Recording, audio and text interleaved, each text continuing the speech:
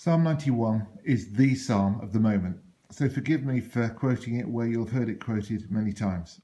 Psalm 91 is a psalm about God's care, God's provision, God's deliverance.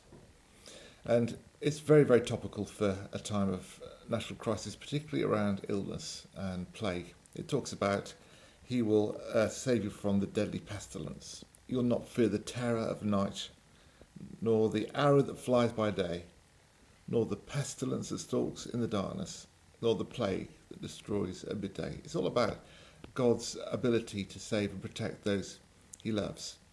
How does he do that in the psalm? It says in verse 2, surely he will save you from the fowler's snare and from the deadly pestilence. He will cover you with his feathers, and under his wings you will find refuge. The extraordinary thing about this image is that a fowler is somebody who snares birds. It's a bird catcher. And the one that rescues us from the fowler's snare is depicted as a bird. How could that happen? Surely a bird is not the best placed to save another bird from being trapped. You'd need a human agency or someone who could stand up to the bird catcher, the fowler. Actually, in the story of Jesus and in his life, what he comes to do is a fulfillment of what this psalm is all about. How can humans be rescued from the trap of that the enemy of our souls has put for us, the trap that leads us into death and sin? Well, Jesus became human being in order to actually walk into a trap set by Satan himself, the trap of the cross, surrendering himself to those malicious adversaries who wanted to take his life. But in doing that, springing a trap to release everybody else caught in it.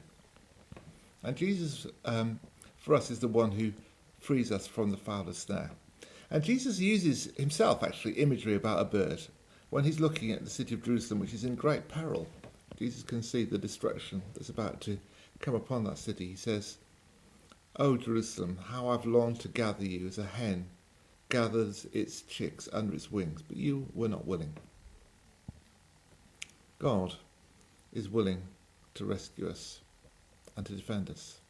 God was willing to break the powers of death and destruction over our lives by becoming vulnerable to them himself, by entering our world, by becoming human, by walking into the trap set by the enemy so that we could be set free from it.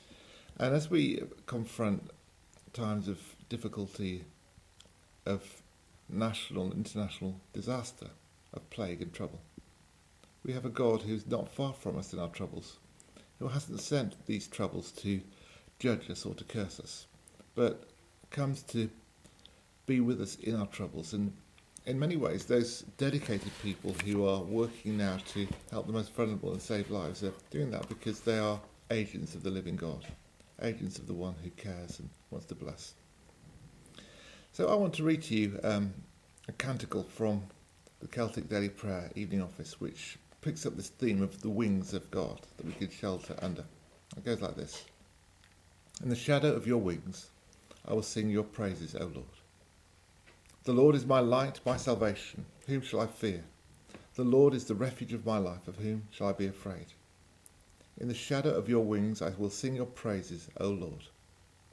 One thing I ask of the Lord. One thing I seek, to dwell in the presence of my God, to gaze on your holy place. In the shadow of your wings, I will sing your praises, O Lord. I believe I shall see the goodness of the Lord in the land of the living. Oh, wait for the Lord. Have courage and wait. Wait for the Lord. In the shadow of your wings, I will sing your praises, O Lord. As we wait and as we hope and pray to see the goodness of the Lord in the land of the living, it's in the shadow of his wings, under the cover of his shelter, that we wait. God bless you.